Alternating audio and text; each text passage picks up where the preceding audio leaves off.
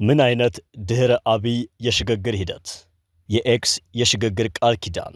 የተወደዳችሁ የቦርከና ሚዲያ ቤተሰቦቻችን በዛሬው ልዩ የነጻ አስተያየት ዝግጅታችን በፖለቲከኛ ልደቱ አያሌው የተዘጋጀውን ምን አይነት ድህረ አብይ የሽግግር ሂደት የሚለውን ዝግጅት ወደ እናንተ እናደርሳለን። ምን አይነት ድህረ አብይ የሽግግር ሂደት? ልደቱ አያሌው ህዳር 14 ቀን 2018 ዓመተ ምህረት። በቅርቡ ሀገረ ከኦፔ የተሰኘ ፖለቲካ ቀመስ ልቦለድ መጽሐፍ ለንባብ ማብቃት ይታወቃል። በዚህ መጽሐፍ ውስጥ የጃይካ የሽግግር ቃል ኪዳን በሚል ርዕስ የተካተተው አንድ ሰነድም ምናባዊ ሀገር ለሆነችውና በፖለቲካ ቀውስ ምክንያት የመፍረስ አደጋ ለገጠማት ለሀገረ ከኦፒ ብቻ ሳይሆን በዋናነት በእውኑ ዓለም ለምትገኘውና በመፍረስ ሂደት ላይ ለምትገኘው ለሀገራችን ለኢትዮጵያ መድህን ለመሆን የሚያስችል የፖለቲካ መታገያ አጀንዳ እንዲሆን ታስቦ የተዘጋጀ ስለመሆኑም ደጋግሜ ገልጫለሁ። በአሁኑ ወቅት በስልጣን ላይ ያለው የጠቅላይ ሚኒስትር አብይ አህመድ አገዛዝ የትጥቅ ትግል እያካሄዱ ባሉ የታጠቁ ኃይሎች አሸናፊነት ወይም በአገዛዝ አንበርከክ ሰላማዊ ህዝባዊ እምቢተኝነት መቀጣጠል ወይም ደግሞ ከራሱ ውስጣዊ ችግር በሚመነጭ መፈንቅለ መንግስት እርምጃ ምክንያት ከስልጣን መወገዱ አይቀሬ ነው። የጊዜ ጉዳይ ካልሆነ በስተቀር ምናልባትም ባልተገመተ ጊዜና ሁኔታ ይህ በህዝብ ዘንድ ማህበራዊ መሰረቱን በከፍተኛ ፍጥነት እያጣ የመጣ ደካማ አገዛዝ ከስልጣን ይወገዳል። ይህ እንደተጠበቀ ሆኖ ከብልጽግና አገዛዝ መወገድ በኋላ የኢትዮጵያ የወደፊት ዕጣ ፈንታ ምን ሊሆን ይችላል የሚለው ጥያቄ በተቃውሞ ጎራ በህዝባችን ውስጥና በዲፕሎማቲክ ማህበረሰቡ ዘንድ ቀላል የማይባል ቦታ ያለው ወቅታዊ ጥያቄ ሆኗል። እንደ ቀደሙት አምባገነን መንግስታት ሁሉ የወቅቱ ጠቅላይ ሚኒስትር አብይ አህመድም እኔ ከስልጣን ከወረድኩ ሀገሪቱ ለከፍ አደጋ ትጋለጣለች በማለት ራሳቸውን ምትክ የለሽ መሪ አድርገው ለማቅረብና ተቃዋሚዎች ተስማምተው ሀገርን የመረከብ አቅም እንደሌላቸው አድርገው በማቅረብ ለማጣጣል ሲሞክሩ ይታያል። ከአሁን በፊት በእጃችን ገብተው የነበሩ የለውጥ ዕድሎች በዋናነት በብቃት የተደራጀና የተዘጋጀ የፖለቲካ ኃይል ባለመኖር ምክንያት ምን ያህል እንደዋዛ ከእጃችን እንዳመለጡን መለስ ብለን ስናስታውስ ድህረ ብልጽግናን በተመለከተ የሚነሳው ጥያቄ ተገቢና ወቅታዊ ሆኖ እናገኘዋለን።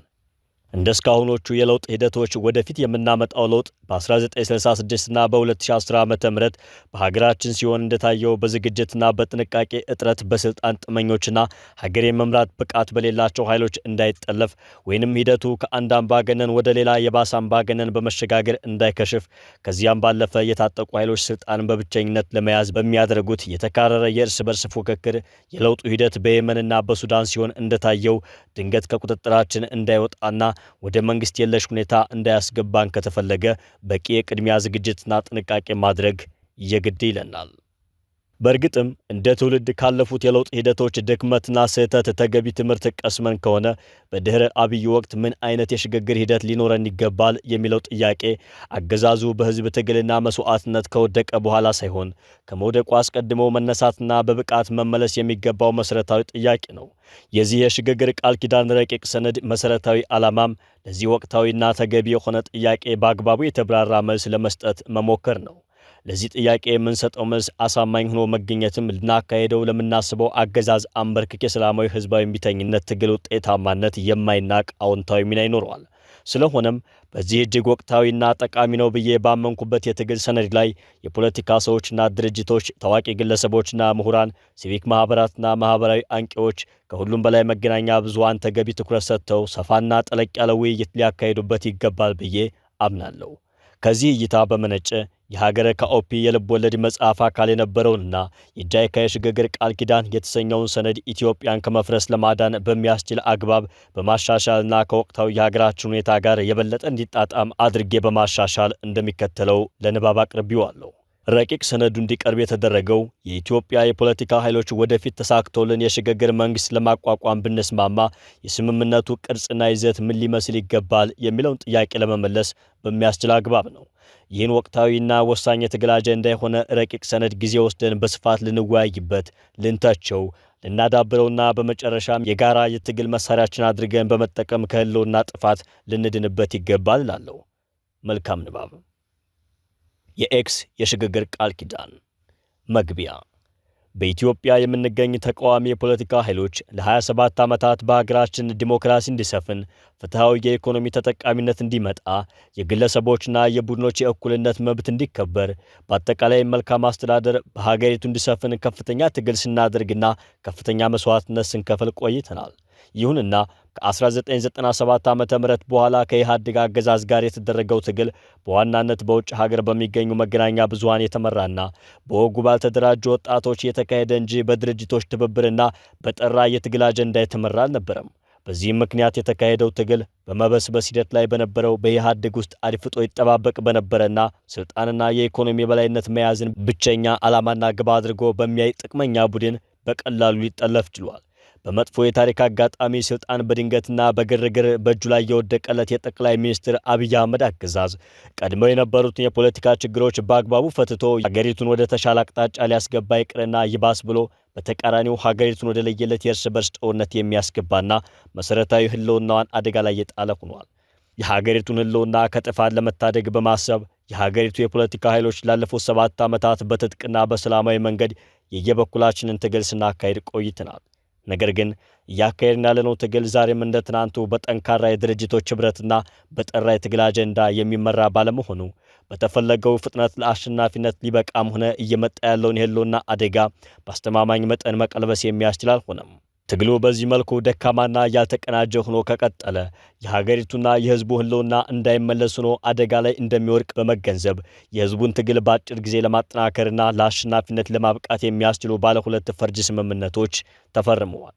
የመጀመሪያው ስምምነት በሰላማዊ መንገድ ተደራጅተን በምንታገል የፖለቲካ ኃይሎች መካከል ከ3 ወራት በፊት በኤክስ ከተማ የተደረገ ስምምነት ነው። ስምምነቱ በስልጣን ላይ የሚገኘውን የጠቅላይ ሚኒስትር አብይ አህመድ አገዛዝ በአጭር ጊዜ በሚካሄድ አገዛዝ አንበርክክ የሰላማዊ ህዝባዊ እምቢተኝነት ትግል ለማሸነፍ የሚያስችል ሰነድ በመፈራረም የተካሄደ ነው። ሰነዱ የግንቦት ማኒፌስቶ በመባል የሚታወቅ ሲሆን በዚህ ሰነድ ላይ የሰፈረውን ስምምነት ተግባራዊ ለማድረግም አንድ የጋራ ግብረ ኃይል አቋቁመን በመስራት ላይ እንገኛለን። ሁለተኛው ስምምነት በታጠቁ የፖለቲካ ኃይሎች መካከል የተደረገ ነው።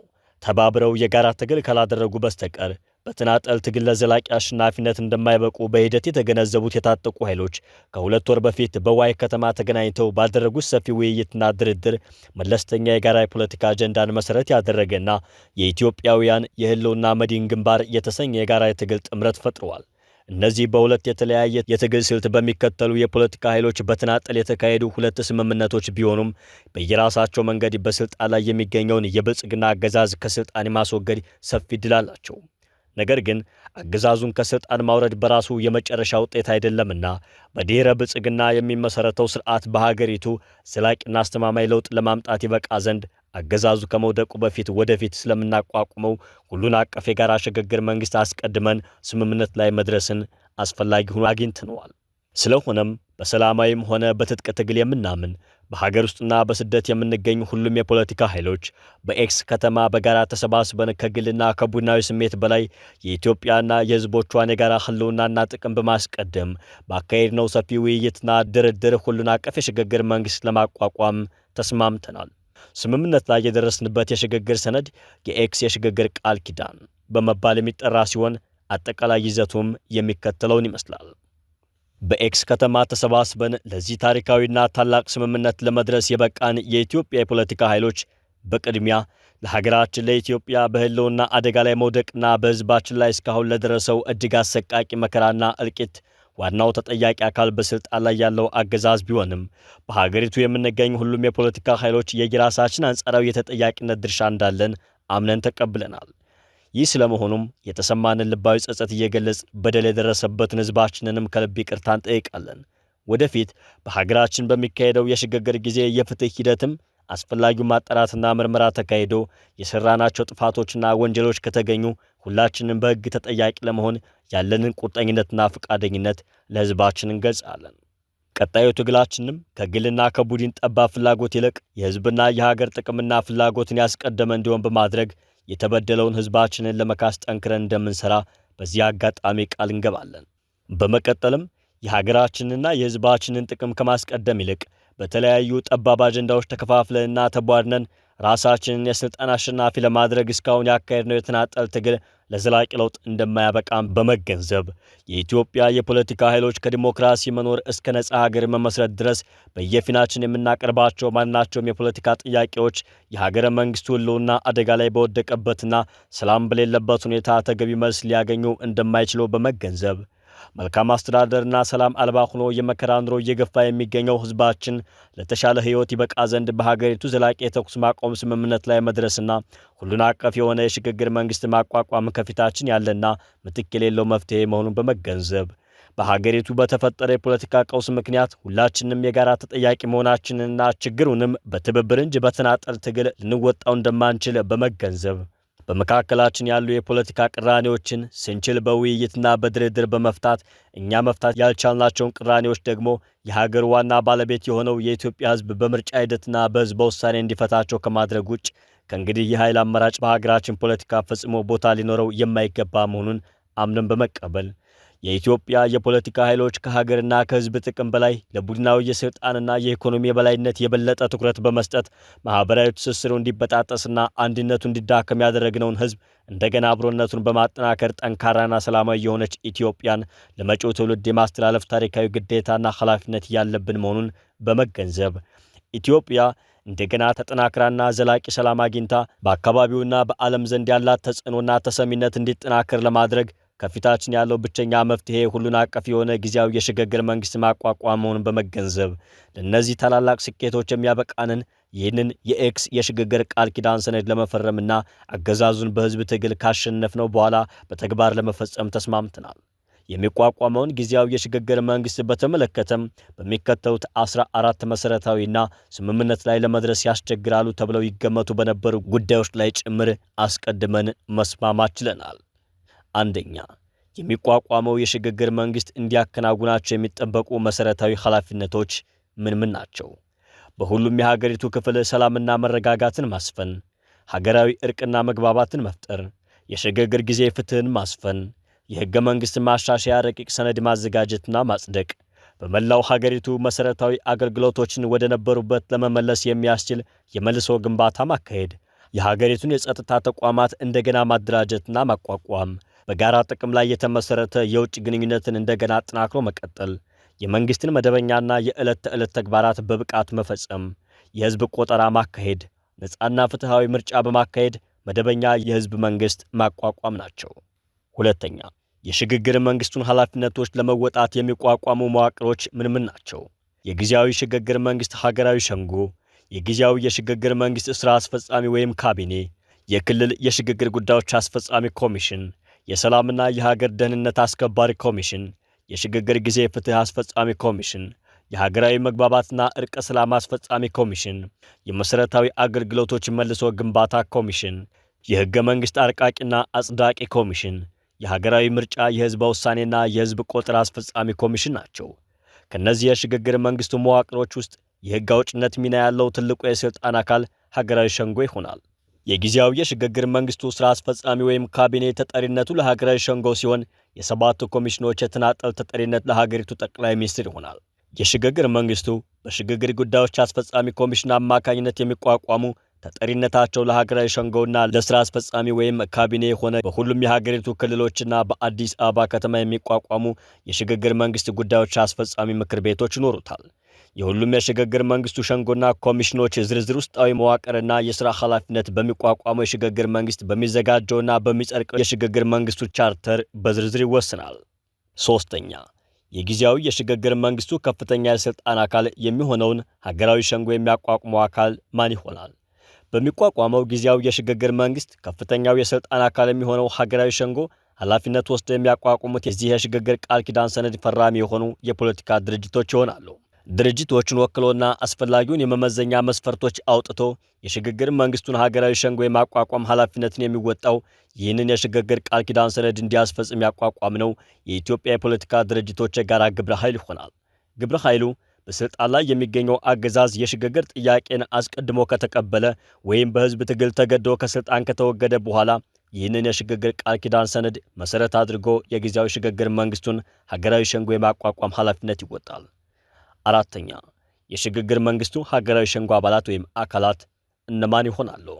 የሚቋቋመው ሀገራዊ የሽግግር መንግስት ሀገራዊ ሸንጎ የዚህ የሽግግር ቃል ኪዳን ሰነድ ፈራሚ የሆኑ የታጠቁና ያልታጠቁ የፖለቲካ ድርጅቶችን በሙሉ ከአሁን ጀምሮ እስከ የሽግግር መንግስቱ መቋቋም ድረስ በአዲስ መልክ የሚቋቋሙ የፖለቲካ ድርጅቶችን በስልጣን ላይ ያለው አገዛዝ በህዝብ ትግል ተገዶ ከስልጣን ከመወገዱ በፊት ራሳቸውን ከጠቅላይ ሚኒስትሩ በመነጠል ወይም ጠቅላይ ሚኒስትሩን ከስልጣን በማውረድ የሽግግር ጥያቄን የሚቀበሉ የብልጽግና ኃይሎችን፣ ሲቪክ ማህበራትን፣ የሃይማኖት አባቶችን፣ ታዋቂ ግለሰቦችንና ምሁራንን በሁሉን አቀፍነትና አሳታፊነት መርህ አካቶ የሚቋቋም ሸንጎ ይሆናል።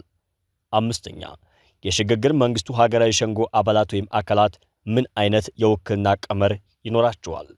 የዚህ የሽግግር የቃል ኪዳን ሰነድ ፈራሚ የሆኑትን የፖለቲካ ድርጅቶች ጨምሮ በዚህ ሂደት የሚመረጡት የሽግግር መንግስቱ ሀገራዊ ሸንጎ አባላት ቁጥር ከ300 ያላነሰ ከ350 ያልበለጠ ይሆናል። ከዚህ የሸንጎ አባላት ውስጥም 60 በመቶ ከፖለቲካ ድርጅቶች ይወከላሉ። 30 በመቶ ከተለያዩ ሲቪክ ማህበራትና የህዝባዊ አደረጃጀቶች የሚወከሉ ሲሆኑ ቀሪው 10 በመቶ ከታዋቂ ግለሰቦችና ምሁራን የሚወከሉ ይሆናሉ።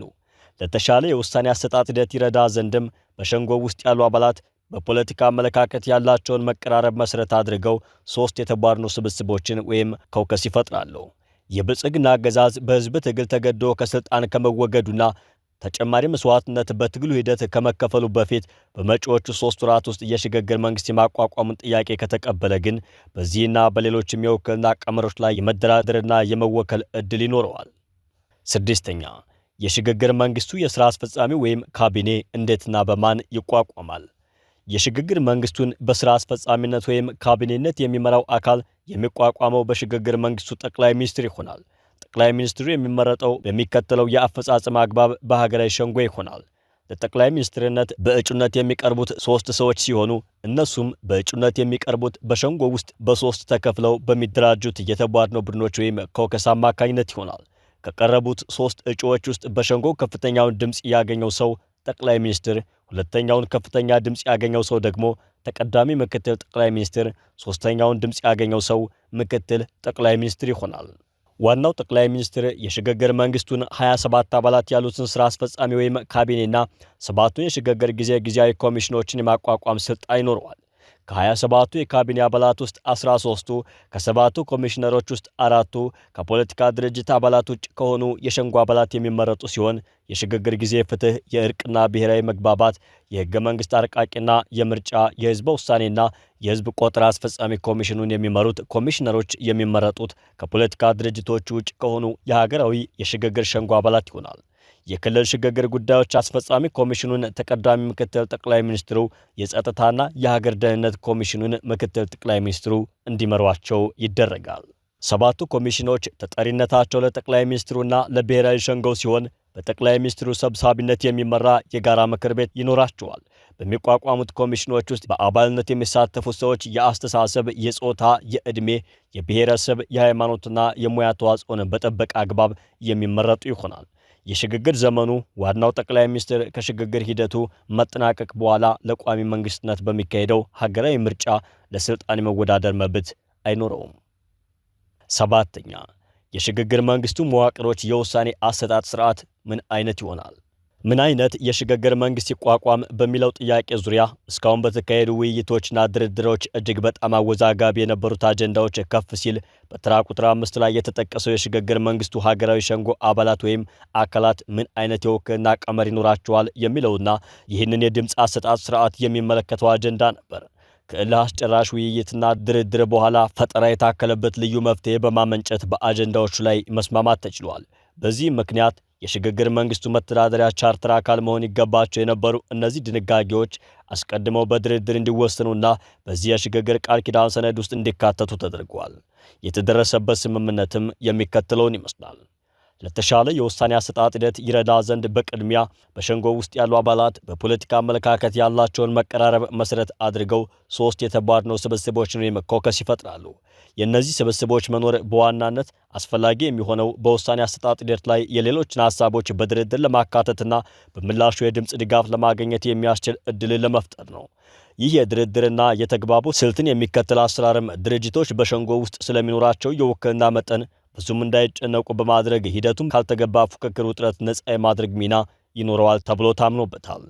በሸንጎ ደረጃ የሚወሰኑ የአፈጻጸም ውሳኔዎች በ2/3 ድምፅ እንዲወሰኑ፣ ከሸንጎ በታች ባሉ ሁሉም የሽግግር መንግስት መዋቅሮች የሚወሰኑ የአፈጻጸም ውሳኔዎች በ50 ሲደመር 1 ወይም በአብላጫ ድምፅ እንዲወሰኑ ስምምነት ላይ ተደርሷል። ነገር ግን የሽግግር መንግስቱን የሽግግር ጊዜ መተዳደሪያ ቻርተርና ህገ መንግስታዊ ጉዳዮችን የሚመለከቱ ስትራቴጂካዊ ወይም ርዕዮተ ዓለማዊ ፖሊሲ ነክ ጉዳዮች አጀንዳዎች በተሟላ ተግባቦት ወይም ኮንሰንስ ብቻ እንዲወሰኑ ስምምነት ላይ ተደርሷል። ከነዚህ ሁለት ጉዳዮች ጋር በተያያዘ በተሟላ ተግባቦት ወይም ኮንሰንስ መወሰን ያልተቻሉ አጀንዳዎች ሲገጥሙ ልዩነት የተፈጠረባቸውን ሐሳቦች ያካተቱ 2 ወይም 3 አማራጭ ረቂቅ ሰነዶች በሶስቱ የተቧድኑ ስብስቦች ወይም ኮከስ አማካኝነት ለውይይት እየቀረቡ አብላጫ ድምፅ ያገኘው ሰነድ ወይም ሰነዶች ከዚህ በታች በተራ ቁጥር 8 እና 9 በተቀመጡት የአፈጻጸም ሂደቶች መሰረት እንዲወሰኑ ከስምምነት ላይ ተደርሷል።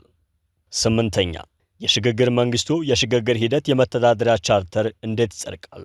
በሀገራዊ ሸንጎ ውስጥ የሚቋቋሙት ሶስቱ ተቧድኖች ወይም ኮከስ የየራሳቸውን 3 የሽግግር ጊዜ መተዳደሪያ ቻርተር ረቂቅ አዘጋጅተው ለሽግግር መንግስቱ ሸንጎ ያቀርባሉ። የሚዘጋጁት ረቂቆች የሽግግር መንግስቱ መዋቅሮችና አሰራሮች በዝርዝር አካተው የሚዘጋጁ መሆናቸው እንደተጠበቀ ሆኖ በዚህ የሽግግር ቃል ኪዳን ሰነድ ላይ አስቀድመው ስምምነት የተደረሰባቸውን ድንጋጌዎች ሙሉ በሙሉ ያካተቱና ከነዚህ ድንጋጌዎች ጋር የሚጻረሩ ሆነው ይዘጋጃሉ። የሀገራዊ ሸንጎ አባላት በሶስቱ አማራጭ ረቂቅ ሰነዶች ላይ በቂ ውይይትና ድርድር ካደረጉና አስፈላጊ ሆነው የተገኙ ማሻሻያዎችን ካካተቱ በኋላ ረቂቆቹ በሸንጎ አባላት ድምፅ ይሰጥባቸዋል። ከሶስቱ ረቂቅ ሰነዶች ውስጥ የሸንጎውን አብላጫ ድምፅ 50 ሲደመር 1 ያገኘው የሽግግሩ ጊዜ መተዳደሪያ ቻርተር ሆኖ ይጸድቃል።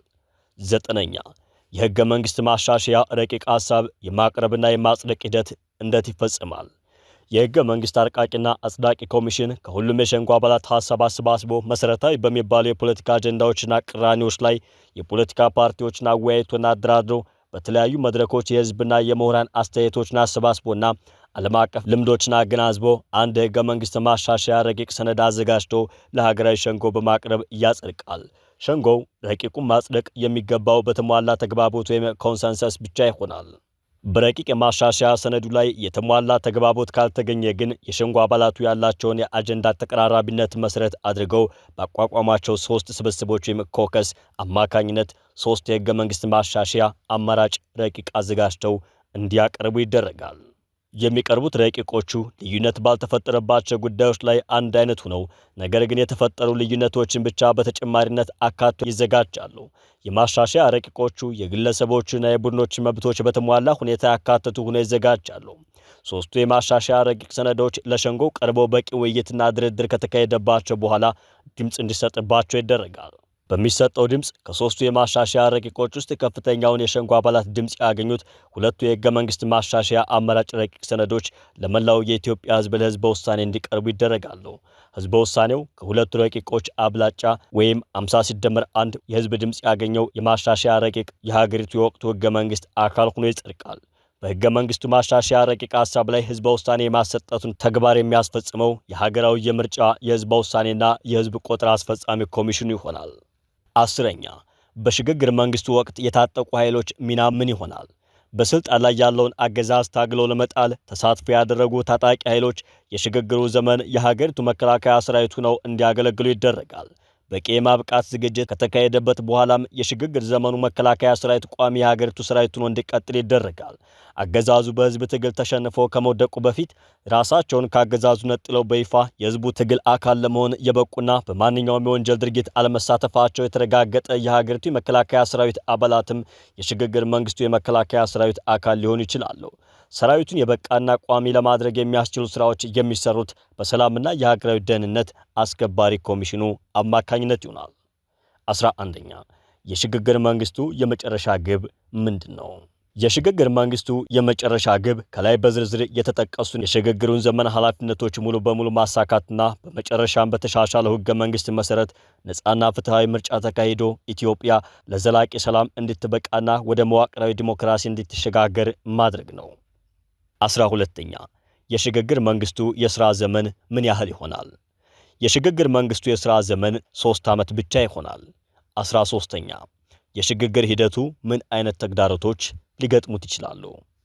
በአሁኑ ወቅት ከብልጽግና አገዛዝ ውጭ ይህንን የሽግግር የቃል ኪዳን ሰነድ ያልፈረመና የሚቋቋመው የሽግግር መንግስት አባል የማይሆን አንድም የታጠቀ ወይም ያልታጠቀ የፖለቲካ ኃይል አለመኖሩ ለሂደቱ ስኬታማነት አይነተኛ ዋስትና እንደሚሆን ይታመናል። ይሁንና የሚከተሉት 5 ጉዳዮች በተወሰነ ደረጃ ተግዳሮት ሊሆኑ እንደሚችሉ ታሳቢ ተደርጓል።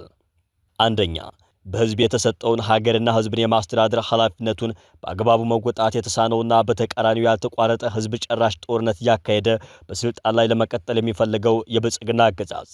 ሁለተኛ፣ ከኢትዮጵያ ጋር በድንበርና በውሃ አጠቃቀም ጉዳይ የጥቅም ግጭት ያላቸውና የሀገሪቱን አለመረጋጋትና የሰላም እጦት እንደ ጥሩ አጋጣሚ የሚቆጥሩ የውጭ ሀገራት። ሶስተኛ፣ የመንግስትን መዳከም ተከትሎ በየአካባቢው የራሳቸውን ታጣቂ ኃይል አቋቁመው ዝርፊያና እገታን መተዳደሪያ ኑሯቸውን ያደረጉ የጎበዝ አለቆች።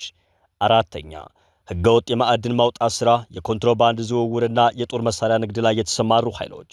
አምስተኛ፣ በጦር ወንጀል፣ በዘር ማጥፋትና በተለያዩ ከባባድ ወንጀሎች የተሳተፉና የሰላም መስፈንና የሽግግር ፍትህ መኖር ተጠያቂነትን ያስከትልብናል ብለው የሚሰጉ ኃይሎች ለሽግግር ሂደቱ ስኬታማነት ተግዳሮት ሊሆኑ ይችላሉ።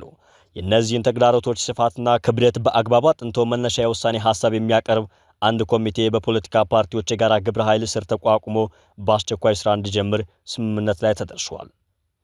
14ኛ፣ የሽግግር መንግስቱን ዕቅድ በተሟላ ሁኔታ እውን ለማድረግ ከባለድርሻ አካላት ምን ይጠበቃል? ከገዢው ፓርቲ ሀገራችን አሁን ላይ የምትገኝበት የፖለቲካ ቀውስ የብልጽግና አገዛዝ በስልጣን ላይ እስከቀጠለ ድረስ የበለጠ የመባባስና በመጨረሻም ከቁጥጥር ውጭ ከመሆን በተለየ መፍትሄ ሊያገኝ አይችልም። አገዛዙ በያዘው ጦረኝነት በስልጣን ላይ ከቀጠለ ሀገሪቷና ህዝቧ ብቻ ሳይሆኑ የራሱ የብልጽግና አገዛዝ ህልውናም አስቀያሚ አደጋ ላይ መውደቁ አይቀሬ ነው።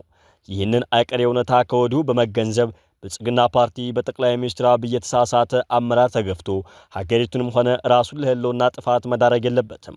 የሀገሪቱ የወቅቱ ህገ መንግስትና የራሱ ፓርቲ መተዳደሪያ ደንብ የሚፈቅድለትን መብት ተጠቅሞ ሀገርን በማፈራረስ ተግባር ላይ የሚገኙትንና እንደ ማንኛውም የፓርላማ አባል የአንድ ወረዳ ህዝብ ተመራጭ የሆኑትን ጠቅላይ ሚኒስትር ከስልጣን ማውረድና በሌላ መሪ መተካት ይኖርበታል። ይህም በማድረግም ሁኔታዎች እንዳይመለሱ ሆነው ከቁጥጥር ውጭ ከመሆናቸው በፊት ከህዝብ እየቀረበ ያለውን የሽግግር መንግስት ምስረታ ጥያቄ ያለምንም ቅድመ ሁኔታ መቀበልና ራሱን የሀገሪቱ የፖለቲካ ችግሮች የመፍትሄ አካል ማድረግ ይጠበቅበታል። ከተቃዋሚ የፖለቲካ ኃይሎች ተቃዋሚ የፖለቲካ ኃይሎች የሀገሪቱን እና የህዝቡን ጥቅምና ፍላጎት በማስቀደምና ካለፈው ስህተታችን በመማር ህጋዊና ሰላማዊ በሆነ መንገድ ብቻ በመካከላችን ያሉ ልዩነቶችን እየፈታን የሽግግር መንግስቱን ዓላማዎች በቅንነትና በጽናት በመፈጸም የሽግግሩን ሂደት ውጤታማ ልናደርገውና ህዝባችንን ልንክሰው ይገባል። በመካከላችን የሚፈጠሩ የፖለቲካ ቅራኔዎችን ስንችል በውይይትና በድርድር በመፍታት እኛ መፍታት ያልቻልናቸውን ቅራኔዎች የሀገሩ ባለቤት የሆነው ህዝብ በምርጫ ሂደትና በህዝበ ውሳኔ እንዲፈታቸው ከማድረግና በመጨረሻም የህዝቡን ውሳኔ በጸጋ ከመቀበል ውጭ ከእንግዲህ የኃይል አማራጭ በሀገራችን ፖለቲካ ፈጽሞ ቦታ እንደሌለው በመገንዘብ የሽግግር መንግስቱን ውጤታማ ለማድረግ በሙሉ ቁርጠኝነትና በመተባበር መንፈስ መስራት ይጠበቅብናል። ከልዩ ልዩ የህብረተሰብ ተወካዮችና ምሁራን ኢትዮጵያን ከገጠማት የህልውና አደጋ አውጥተን ወደ ዘላቂ መዋቅራዊ ዲሞክራሲ ለማሸጋገር ከፊታችን ያለው ብቸኛ መፍትሄ አገዛዙን በህዝብ ትግል ማሸነፍና ይህንን የሽግግር ቃል ኪዳን መሰረት ያደረገ ሁሉን አቀፍ የሽግግር መንግስት ማቋቋምና ለውጤት ማብቃት ነው። ይህንን በመገንዘብ ህብረተሰቡን በተለያየ መንገድ የምትወክሉ ማህበራት፣ ታዋቂ ግለሰቦች፣ ምሁራን እና መገናኛ ብዙሃን የሽግግር መንግስቱ ሰፊ ህዝባዊ ተሳትፎና ተቀባይነት አግኝቶ ለውጤት እንዲበቃ የጎላ ሚና ልትጫወቱ ይገባል። ከዓለም አቀፍ ድርጅቶችና የውጭ መንግስታት ኢትዮጵያ የገጠማትን የህልውና አደጋ ተሻግራ በአፍሪካ ቀንድና በዓለም ዲፕሎማሲ መድረክ ገንቢ ሚና እንድትጫወት ለማድረግ ከፊታችን ያለው ብቸኛ መፍትሄ በስልጣን ላይ ያለውንና አካባቢውን የብጥብጥ ቀጠና በማድረግ ላይ የሚገኘውን አምባገነናዊ አገዛዝ በማስወገድ ነው። የጎረቤት ሀገራትና ሌሎችን በሩቅ የሚገኙ ሀገራት በኢትዮጵያና በአካባቢው ያላቸው ጥቅም በዘላቂነት ሊከበር የሚችለው ጦርነትን የስልጣን ማራዘሚያ ቋሚ ስልቱ አድርጎ የሚጠቀመው አገዛዝ ሲወገድ ነው።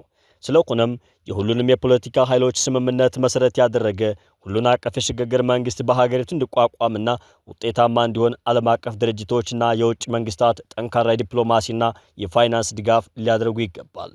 የጉዳዩ ዋና ባለቤት ከሆነው የኢትዮጵያ ህዝብ ከገጠመው የህልውና አደጋ ተርፎ ወደ ዘላቂ ሰላምና መዋቅራዊ ዲሞክራሲ ለመሸጋገር ከፊቱ ያለው ብቸኛ መፍትሄ በስልጣን ላይ ያለውን አገዛዝ በትግሉ ማሸነፍና ሁሉን አቀፍ የሆነ ውጤታማ የሽግግር ሂደት ማካሄድ ነው። ስለሆነም በቅድሚያ አገዛዙን ለማንበርከክ የሚያስችል ጠንካራና የተባበረ ትግል ማካሄድ፣ ከዚያም ከሚቋቋመው ሁሉን አቀፍ የሽግግር መንግስት ጎን በጽናትና በትጋት በመቆም ሁለንተናዊ ድጋፍ ሊያደርግ ይገባል። የኢትዮጵያ የተቃዋሚ ፖለቲካ ድርጅቶች የጋራ ግብረ ኃይል መደምደሚያ። በስልጣን ላይ ያለውን አገዛዝ ገና ለመጣል ባልተቃረብንበት ሁኔታ ስለ ሽግግር መንግስት ምስረታ መነጋገር ለአንዳንዶች ጊዜውን ያልጠበቀና የቸኮለ መስሎ ሊታይ ይችላል። ነገር ግን እንዲህ አይነቱ አመለካከት በሚከተሉት ሁለት ምክንያቶች ስህተት ነው። አንደኛ፣ በሽግግር ጉዳይ ከወዲሁ ከመነጋገር አልፈን በቂ ዝግጅት ካላደረግን በስተቀር ህዝቡን ካታገልንና ብዙ መስዋዕትነት ካስከፈልነው በኋላ የሚመጣው ለውጥ ዛሬም እንደ በፊቶቹ የለውጥ አጋጣሚዎች እንደማይጠለፍ፣ እንደማይከሽፍ ወይም ከቁጥጥራችን ወጥቶ ለባሰ ህልውና አደጋ ሊያጋልጠን እንደማይችል ማናችንም እርግጠኛ መሆን አንችልም። ሁለተኛ፣ አገዛዙን ከጣልን በኋላ የተሻለና አስተማማኝ ለውጥ የማምጣት ብቃት እንዳለን ከወዲሁ ህዝቡን በበቂ መጠን ማሳመን ካልቻልን በስተቀር ብዙ ኪሳራና መከዳት ሲያይ የኖረው የኢትዮጵያ ህዝብ በእኛ ላይ የተሟላ መተማመን ኑሮት በትግሉ ዙሪያ በሙሉ ልብ አብሮ ሊሰለፍ የሚፈለገውን ዋጋ ሊከፍልና ለአሸናፊነት ሊበቃ አይችልም። ስለሆነም የኢትዮጵያ ተቃዋሚ ፖለቲካ ኃይሎች መጪውን ትግል በእርግጠኝነት ለማሸነፍ ከፈለግን በእንዲህ አይነቱ የሽግግር አጀንዳ ላይ አስቀድመን መወያየትና ስምምነት ላይ መድረስ የምርጫ ጉዳይ ሳይሆን ግዴታችን ነው። የተወደዳችሁ የቦርከና ሚዲያ ቤተሰቦቻችን፣ በነጻ አስተያየት መድረክ ላይ የሚወጡ ሐሳቦች የጸሐፊውን እንጂ የቦርከናን አቋም እንደማያንጸባርቅ ለመግለጽ እንወዳለን። ውድ የቦርከና ሚዲያ ቤተሰቦች፣ የዕለቱ የነጻ አስተያየት ዝግጅታችን በዚህ መልኩ ተጠናቋል። ስለተከታተላችሁ እናመሰግናለን። ሰላም።